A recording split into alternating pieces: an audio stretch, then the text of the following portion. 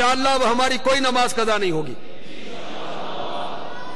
ماشاءاللہ ماشاءاللہ.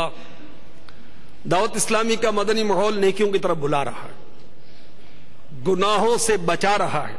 اس مدنی ماحول کو اپنا لیجیے. آئیے آپ کو دعوت اسلامی کے مدنی ماحول کے ایک بہار بھی بتاؤں.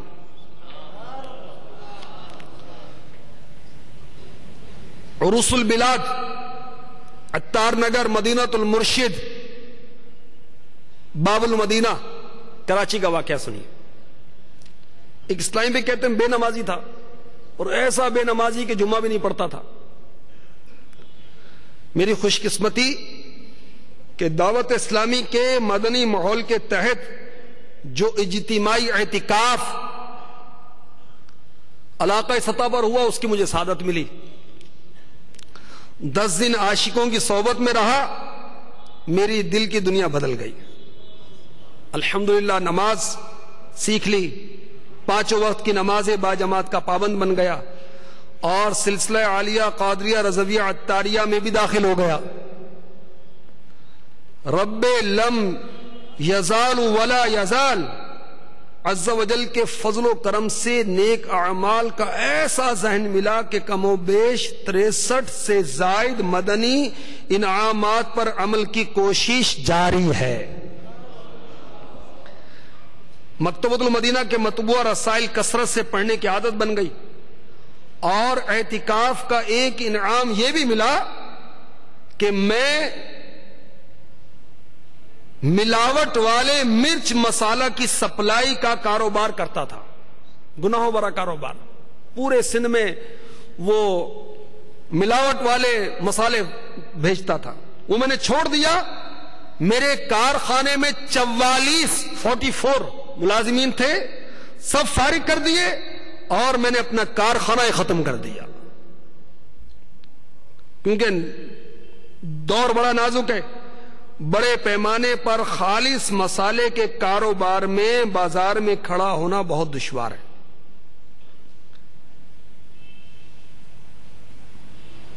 عاشقان رسول کی صحبت کی برکت سے رزق حلال کے حصول میں مشغول ہو گیا. الحمدللہ عز و جل دعوت اسلامی کے مدنی ماحول کی برکت سے اشراق و چاشت, اوابین, تہجد کے نوافل کے ساتھ ساتھ پہلی صف میں نماز کی بھی عادت بن گئی ہے. سبحان اللہ. میٹھے میٹھے اسلامی, یہ ہے دعوت اسلامی. ایک ناجائز کاروبار کرنے والا, گناہوں کا کاروبار کرنے والا, لیکن نمازی بن گیا, گناہوں سے تائب ہو گیا, اشراق, چاشت, اوابین, تہجد پڑھنے لگ گیا, نماز باجماعت کا عادی بن گیا. تو آپ بھی دعوت اسلامی کے مدنی ماحول کو اپنا لیجئے. دعوت اسلامی کا ہفتہ وار اجتماع جو ہوتا ہے, اس میں شرکت کی سعادت حاصل کیجئے. سارے نیت کر لیں بھائی. نیت کرنے میں نقصان کیا ہے؟ اس طرح نہیں, نیت اس طرح ہو کہ شیطان کو تکلیف پہنچے, ذرا اچھی خاصی تکلیف پہنچے. انشاءاللہ.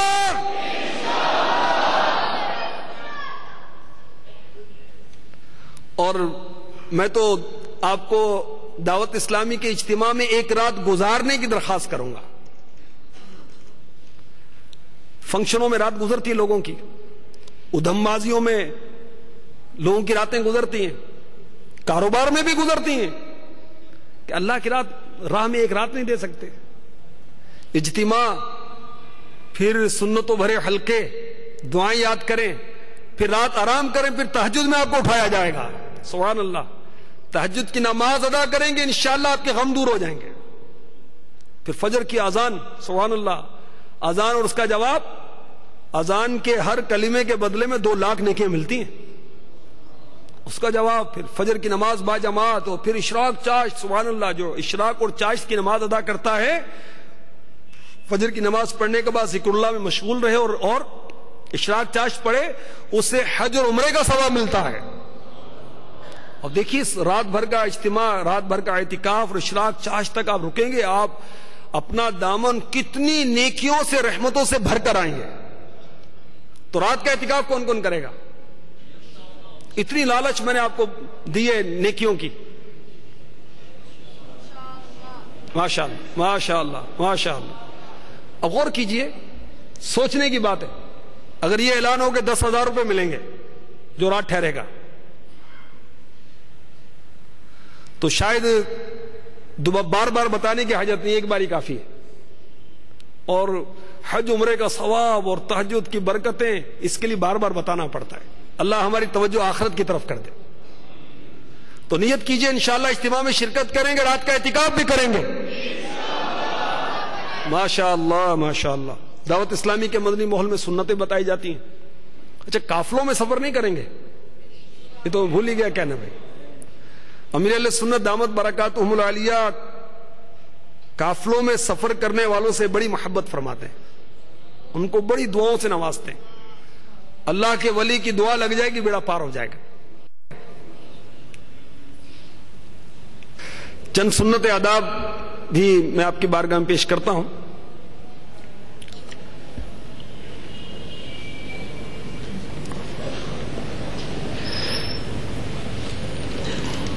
بات چیت کرنے کی سنتیں اور آداب.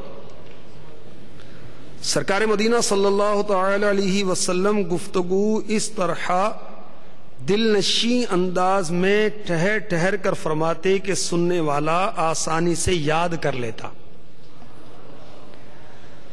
ہمارے آقا صلی اللہ تعالی علیہ وسلم ٹھہر ٹھہر کر گفتگو فرماتے. اللہ ہمیں بھی توفیق عطا فرمائے.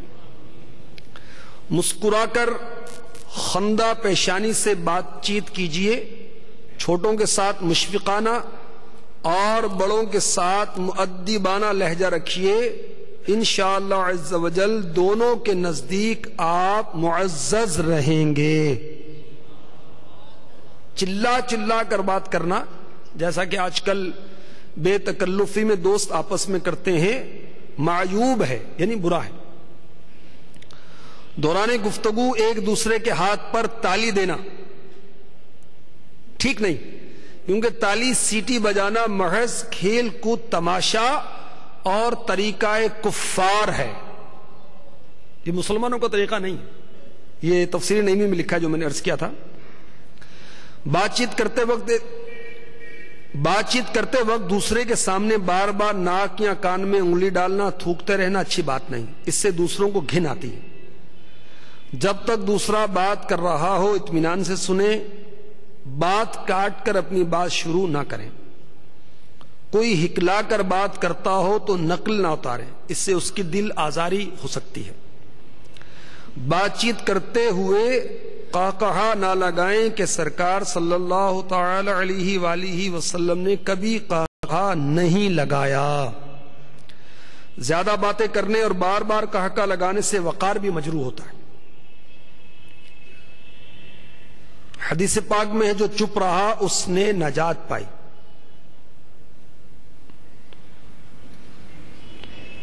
کہا گیا کلم الناس علی قدر عقولہم، لوگوں سے ان کی عقلوں کے مطابق کلام کرو. یہ سادہ الفاظ ہوں، مشکل الفاظ نہ ہوں. اپنی زبان کو ہمیشہ بری باتوں سے روکے رکھیں. آپس میں ہنسی مذاق کی عادت ٹھیک نہیں، کبھی مہنگی پڑ جاتی ہے. حضرت عمر بن عبدالعزیز رضی اللہ تعالی عنہ فرماتے ہیں آپس میں ٹھٹا مذاق مت کیا کرو کہ اس طرح ہنسی ہی ہنسی میں دلوں میں نفرت بیٹھ جاتی ہے اور برے افعال کی بنیادیں دلوں میں استوار ہو جاتی ہیں. بد زبانی اور بے حیائی کی باتوں سے ہر وقت پرہیز کریں. گالی گلوچ سے اجتناب کرتے رہیں اور یاد رکھیں اپنے بھائی کو گالی دینا حرام ہے. بے حیائی کی بات کرنے والے پر جنت حرام ہے. تاجدار مدینہ صلی اللہ تعالی علیہ وآلہ وسلم نے فرمایا اس شخص پر جنت حرام ہے جو فحش گوئی یعنی بے حیائی کی بات سے کام لیتا ہے. اللہ تعالی ہمیں گفتگو کی سنتوں اور آداب پر عمل کرنے کی توفیق عطا فرمائے. آمین بجاہ النبی الامین صلی اللہ تعالی علیہ وسلم. آمین.